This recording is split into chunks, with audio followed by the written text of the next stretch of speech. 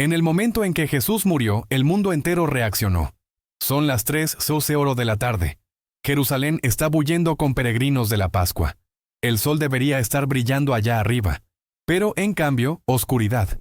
Una oscuridad sobrenatural completa cubre la tierra como un sudario. Madres agarran a sus hijos, hombres se quedan en silencio, ojos examinan el cielo con terror. Esto no es un eclipse, es imposible durante una luna llena. Esto es algo completamente diferente. Pero esto es solo el comienzo. En instantes, la propia tierra comienza a temblar. Tumbas se abren. Las piedras enormes del templo se sacuden. Y dentro del Santo de los Santos algo se rasga. Algo que nunca debería ser tocado por manos humanas. El velo de 18 metros de altura y 10 centímetros de espesor se parte de arriba abajo con un sonido que resuena por la eternidad. Lo que sucedió después de que Jesús murió no fue solo el fin de la vida de un hombre. Fue el momento en que el cielo y la tierra colisionaron. Cuando el reino espiritual irrumpió en nuestro mundo físico con tanta fuerza, que hasta los soldados endurecidos de Roma cayeron de rodillas en terror y admiración. Ustedes ven, la mayoría de nosotros conoce la historia de la muerte de Jesús. Hemos oído sobre la cruz, los clavos, el sufrimiento, pero ¿qué se desarrolló en aquellas horas sagradas inmediatamente después de su último suspiro? 7 eventos sobrenaturales que sacudieron las propias fundaciones de la realidad. Eventos tan profundos que todavía están reverberando por la historia hoy. ¿Qué habrían hecho ustedes si hubieran visto el cielo ponerse negro al mediodía? Si hubieran sentido el suelo agrietarse bajo sus pies? Si hubieran testimoniado a los muertos caminando por las calles de Jerusalén? Esto no fueron coincidencias, no fueron fenómenos naturales. Ellos fueron la respuesta de Dios al mayor sacrificio en la historia humana, su firma divina escrita en toda la creación en sí. En este video vamos a recorrer esos 7 eventos sorprendentes que se desarrollaron en el momento en que Jesús entregó su espíritu y descubrir lo que ellos todavía significan para nosotros hoy. Veremos cómo la profecía bíblica ganó vida de maneras que dejaron hasta a los ejecutores sin palabras. Vamos a entender por qué la propia tierra no pudo permanecer en silencio cuando su creador murió. Pero yo necesito avisarles, una de estas señales fue tan chocante, tan imposible de explicar, que cambió todo sobre cómo entendemos la propia muerte. Esto hizo que los líderes religiosos entraran en pánico. Esto hizo que los soldados adoraran y debería hacernos parar y considerar si la propia creación testimonio este momento. ¿Qué esto significa para nuestras vidas hoy? Entonces, vamos a volver 2000 años y testimoniar lo que sucedió cuando el Hijo de Dios dio su último suspiro. Comenzó al mediodía. El sol estaba en su auge, brillando sobre Jerusalén durante la semana más sagrada del año. Peregrinos de la Pascua llenando cada calle, cada patio. La ciudad vibraba con vida y celebración. Y entonces, como si alguien hubiera dibujado una cortina a través de los cielos, la oscuridad cayó. No el oscurecimiento gradual de una tormenta que se aproxima. No el lento arrastrar de las sombras de la noche. Esto fue oscuridad instantánea, sobrenatural, absoluta que engulló el agujero de luz. Mateo 27:45 nos dice que de la 6ª hora hasta la 9ª hora, del mediodía hasta las 3:00, la oscuridad cubrió toda la tierra. Pero esto no era solo cualquier oscuridad. Esta era la oscuridad del juicio divino, la sombra de la ira de Dios cayendo sobre el propio pecado. Madres pararon en medio de la conversación, sus palabras muriendo en sus gargantas. Niños se acercaron a sus padres. Hasta los animales parecían sentir que algo estaba terriblemente mal. El aire se puso denso con una tensión de otro mundo, como si la propia creación estuviera aguantando la respiración. Ustedes tienen que entender que esto era imposible. Durante la Pascua, la luna está llena, lo que significa que un eclipse solar no puede ocurrir. Los escribas instruidos sabían esto. Los romanos sabían esto. Todos mirando a aquel cielo ennegrecido sabían que estaban testimoniando algo más allá de la naturaleza, más allá de la explicación. Pero Dios había hablado de este momento siglos antes. A través del profeta Amós en el capítulo 8:9, él había declarado: «Y acontecerá en aquel día que haré con que el sol se ponga al mediodía y oscureceré la tierra en pleno día». Esto no fue una coincidencia cósmica aleatoria. Esto fue cumplimiento profético. El sol que Dios había ordenado que diera luz al mundo, ahora escondía su rostro porque no podía soportar mirar a la escena abajo. La luz del mundo estaba muriendo y hasta el sol físico lamentaba. Piensen sobre lo que esto significó por aquellas 3 horas. En aquella oscuridad sobrenatural, Jesús quedó colgado entre el cielo y la tierra, cargando el peso de cada pecado ya cometido. La oscuridad no estaba solo alrededor de él. Era la manifestación visible del juicio de Dios cayendo sobre su Hijo en vez de sobre nosotros. El Padre viró su rostro para lejos. El Hijo siguió el ejemplo. Toda la creación participó de este momento cósmico de justicia divina y misericordia colisionando. Si el propio sol escondió su rostro cuando Jesús tomó nuestros pecados sobre sí, ¿qué esto dice sobre el peso que Él cargó? ¿Qué esto dice sobre el costo de nuestra redención? Por 3 horas la oscuridad reinó. Pero la oscuridad nunca debería tener la última palabra. Y mientras el cielo lamentaba arriba, algo aún más poderoso estaba comenzando a sacudir bajo sus pies. El suelo comenzó a moverse. Al comienzo era sutil. Un temblor que hizo al romano soldados cambiar su postura.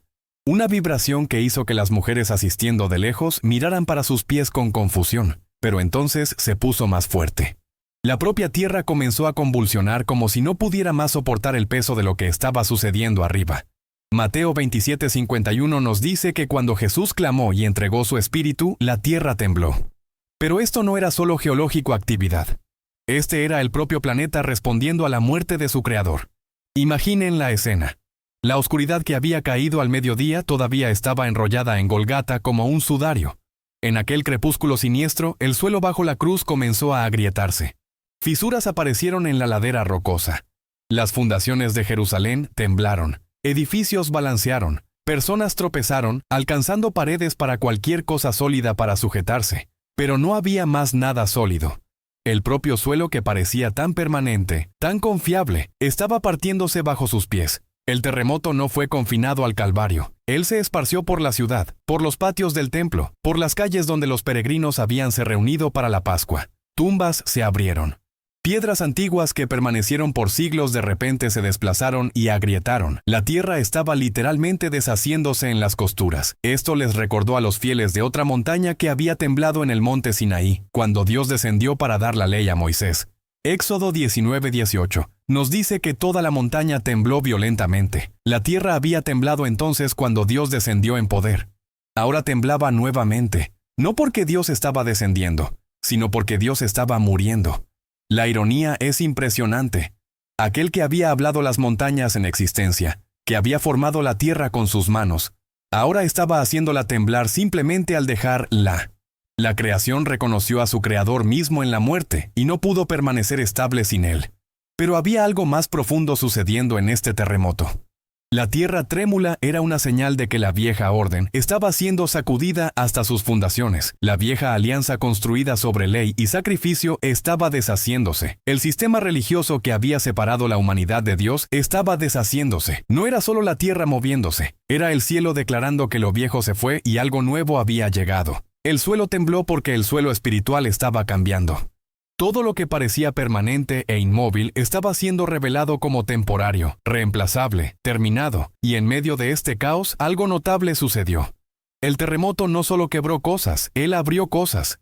Tumbas que habían sido selladas por generaciones de repente se abrieron. La propia muerte estaba siendo desafiada. Mismo mientras Jesús estaba muriendo en la cruz, la tierra temblaba porque sabía lo que todavía estamos aprendiendo, que este momento no era un fin, era un comienzo.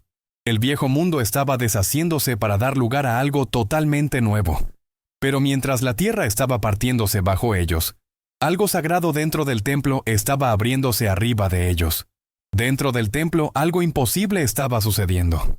El velo, aquella cortina sagrada enorme que separaba el santo de los santos del resto del templo, estaba rasgándose, no desgastándose en los bordes, no deshaciéndose lentamente después de años de uso. Esta tapicería de 10 centímetros de espesor tejida con hilos de azul, púrpura y escarlata, estaba partiéndose de arriba abajo en un rasgo violento sobrenatural. Ustedes tienen que entender lo que este velo representaba. No era solo tejido colgando en un edificio, era la manifestación física de la separación de la humanidad de Dios. Por 1500 años, esta barrera quedó entre el hombre pecador y el Dios santo. Solo el sumo sacerdote podía pasar por ella, y solo una vez por año, y solo con sangre. El velo tenía 18 metros de altura y 9 metros de ancho. Historiadores nos dicen que era tan espeso que equipos de caballos no conseguían separarlo. Los trabajadores del templo que lo mantenían necesitaban de escaleras solo para alcanzar el tope. Esto no era algo que podría rasgar accidentalmente. Esto no era algo que podría ser dañado por manos humanas. Pero Mateo 27:51 nos dice que en el momento en que Jesús murió, esta barrera impenetrable se partió de arriba abajo. No de abajo para arriba como si manos humanas hubieran agarrado y jalado. De arriba para abajo, rasgado por la mano del propio Dios. Imaginen la escena dentro del templo. Los sacerdotes están cumpliendo sus deberes, tal vez preparándose para el sacrificio de la noche. El incienso está quemando. Los rituales están prosiguiendo como tienen hecho por siglos, y entonces, sin aviso, el sonido de rasgar llena el lugar sagrado.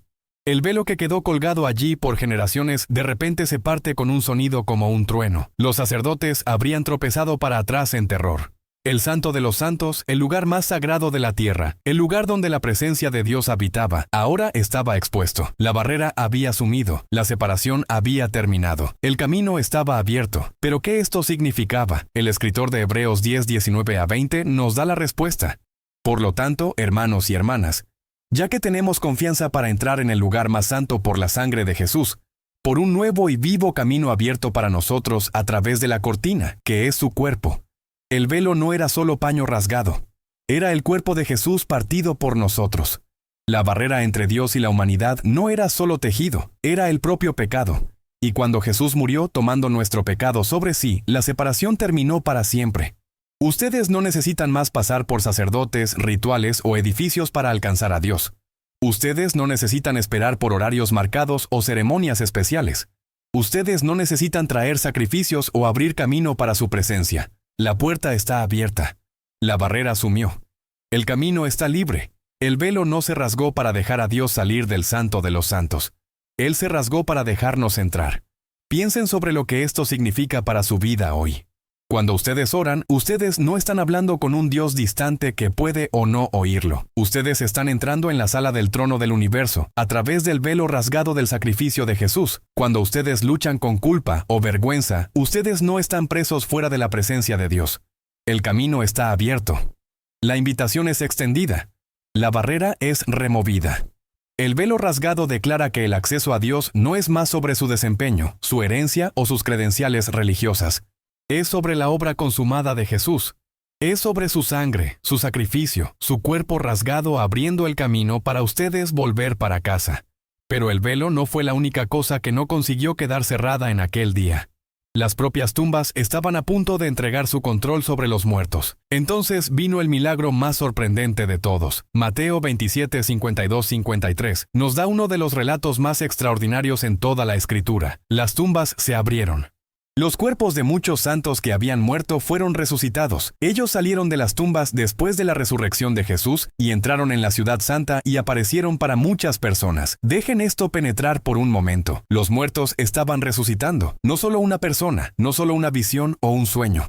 Muchas personas santas, santos que habían muerto en la fe, creyentes que habían adormecido esperando por la promesa de Dios, estaban de repente, milagrosamente, incuestionablemente vivos nuevamente. El terremoto había agrietado sus tumbas, pero esto no era solo daño estructural. Esto era la propia muerte perdiendo su autoridad. Las tumbas que habían mantenido a estos fieles siervos de Dios por años, tal vez décadas, no podían más contenerlos. El poder del sacrificio de Jesús era tan grande que alcanzó el pasado a través del tiempo, para frente a través de la eternidad y para abajo en las profundidades de la muerte. Pero observen el momento. Las tumbas se abrieron cuando Jesús murió, pero los santos no entraron en la ciudad hasta después de su resurrección. Mismo en este momento milagroso, Jesús permaneció el primogénito de entre los muertos. Él fue el pionero, aquel que abrió el camino a través de la muerte y para la vida. Estos santos siguieron sus pasos, pero no lo precedieron. ¿Ustedes pueden imaginar la escena? Imagínense caminando por las calles de Jerusalén 3 días después de la crucifixión. La ciudad todavía está bullendo con rumores sobre la oscuridad, el terremoto, el velo rasgado. Y entonces ustedes lo ven. Su abuelo que murió cuando ustedes eran jóvenes, su esposa que falleció en el invierno pasado, su amigo que fue enterrado en los alrededores de las murallas de la ciudad. Ellos están andando, hablando, respirando. Ellos son reconocidamente ellos mismos, pero de alguna forma diferentes, transformados, glorificados, muy vivos. Esto no era resurrección como frecuentemente la imaginamos, algún evento futuro distante. Esto era resurrección sucediendo ahora en tiempo real en medio de la historia. La muerte estaba siendo desafiada, derrotada, revertida. El profeta Ezequiel había visto esto en una visión, el valle de huesos secos, donde Dios preguntó: ¿pueden estos huesos vivir? Y entonces Él sopló vida en ellos y ellos se levantaron un vasto ejército. Ahora aquella antigua profecía estaba siendo cumplida en las calles de Jerusalén. ¿Pero quiénes eran estos santos? No nos son dichos sus nombres, pero podemos imaginar tal vez algunos de los santos del Antiguo Testamento: Abraham, David, Daniel, teniendo una previa de la vida de resurrección que aguardaba a todos los creyentes.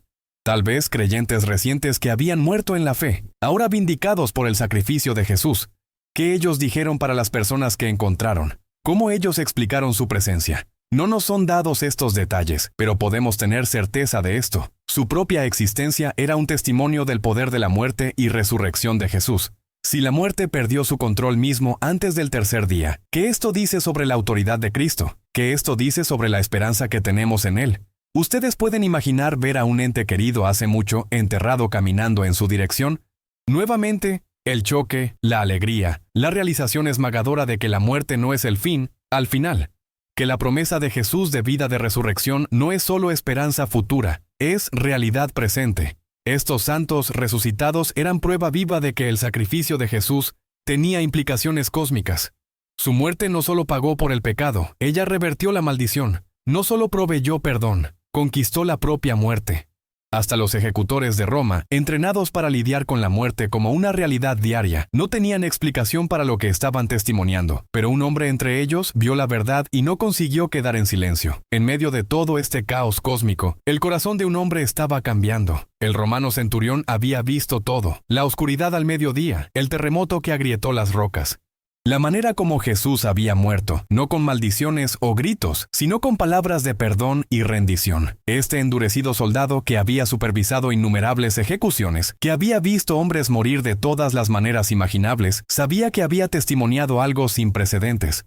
Mateo 27:54 nos dice que cuando el centurión y aquellos con él que estaban guardando a Jesús vieron el terremoto y todo lo que había sucedido, quedaron aterrorizados y exclamaron: «Ciertamente él era el Hijo de Dios». Piensen sobre este hombre por un momento. Él era un asesino profesional entrenado para seguir órdenes sin cuestionar. Él había clavado los clavos en las manos y pies de Jesús. Él lo había visto sufrir por 6 horas. Él estaba allí cuando Jesús clamó a su Padre. Y ahora, en la secuencia de señales sobrenaturales, algo estaba abriéndose dentro de su corazón. Él había visto centenares morir, ladrones que amaldicionaban su destino, rebeldes que escupían desafío hasta el fin, hombres inocentes que imploraban por misericordia, pero ninguno como este. Ninguno que orara por sus ejecutores, ninguno que mostrara tanta compostura en la agonía, ninguno cuya muerte causara la propia tierra a temblar. Las palabras del centurión, ciertamente él era el Hijo de Dios, no eran solo observación casual, eran confesión, eran adoración, eran el testimonio de un hombre cuyo mundo entero había acabado de ser destruido y reconstruido en el espacio de algunas horas. Esta es una de las más bellas ironías en toda la Escritura. El propio hombre que había realizado la ejecución estaba ahora declarando la divinidad de Jesús. Las manos que habían clavado los clavos estaban ahora temblando en reverencia. La voz que había dado órdenes ahora estaba profiriendo palabras de fe. La gracia había encontrado su camino hasta Gólgota, hasta el ejecutor, hasta aquel que parecía más distante de la misericordia de Dios. Pero hay algo más profundo aquí. La conversión del centurión no era solo sobre lo que él vio, era sobre lo que él sintió. El terremoto no era solo externo, era interno. La oscuridad no estaba solo en el cielo, estaba en su propia alma siendo apartada por la luz del reconocimiento. Él había sido escogido por Roma para supervisar esta ejecución. Él pensó que estaba solo haciendo su trabajo, pero Dios lo había posicionado para ser un testimonio, para ser un trofeo de la gracia, para ser prueba de que nadie está más allá del alcance del sacrificio de Jesús. Las mismas manos que clavaron los clavos ahora temblaban en reverencia. Los mismos ojos que habían visto a Jesús sufrir ahora lo veían por quien Él realmente era. El mismo corazón que había sido endurecido por años de violencia, ahora estaba derritiéndose bajo el peso del amor divino. Este centurión representa a todos nosotros de cierta forma. Somos todos cómplices de la muerte de Jesús. Nuestros pecados lo colocaron en aquella cruz. Nuestra rebelión exigió su sacrificio. Y aún así, hasta nosotros, especialmente nosotros, podemos encontrar gracia al pie de la cruz. El testimonio del centurión resuena a través de la historia como un recordatorio de que la muerte de Jesús no era solo sobre pagar por el pecado, sino sobre transformar corazones, hasta el corazón más duro, hasta la persona más improbable, hasta el propio ejecutor. Y mientras el centurión estaba en admiración, procesando lo que él acababa de testimoniar, otros estaban moviéndose rápidamente antes de que fuera tarde de más. A medida que la noche se aproximaba, dos héroes improbables salieron de las sombras, José de Arimatea y Nicodemo, ambos miembros del Sanedrín, ambos seguidores secretos de Jesús, no podían más permanecer escondidos. El mismo consejo religioso que había condenado a Jesús ahora tenía dos de sus propios miembros preparándose para honrarlo en la muerte. José, descrito como un hombre rico y un miembro bueno y justo del consejo, fue osadamente a Pilatos y pidió el cuerpo de Jesús. Esto no era solo un acto de bondad. Era un acto de coraje. Al identificarse con Jesús, mismo en la muerte, José estaba arriesgando todo.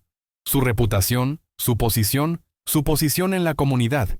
Nicodemo, el mismo hombre que una vez vino a Jesús a la noche, preguntando sobre nacer de nuevo, ahora vino a la luz del día cargando 34 kilos de mirra y áloes. Esta no era una preparación modesta para el sepultamiento. Este era un tratamiento real, el tipo reservado para reyes. Juntos, estos dos hombres que habían tenido miedo de seguir a Jesús públicamente en la vida, ahora manejaban su cuerpo con reverencia y cuidado. Ellos tocaron en la carne que había cargado el pecado del mundo. Ellos envolvieron los miembros que habían sido perforados por nuestras transgresiones. Ellos ungieron la cabeza que había usado una corona de espinas. Hay algo profundamente conmovedor sobre esta escena. Estos hombres que habían permanecido en silencio durante el juicio de Jesús, que habían estado ausentes durante su crucifixión, ahora aparecieron para su sepultamiento. A veces, nuestros mayores actos de coraje vienen no cuando todos están asistiendo, sino cuando todo parece perdido. Ellos colocaron a Jesús en la propia tumba de José, una nueva tumba excavada en la roca donde nadie jamás había sido colocado. Ellos rodaron una gran piedra contra la entrada.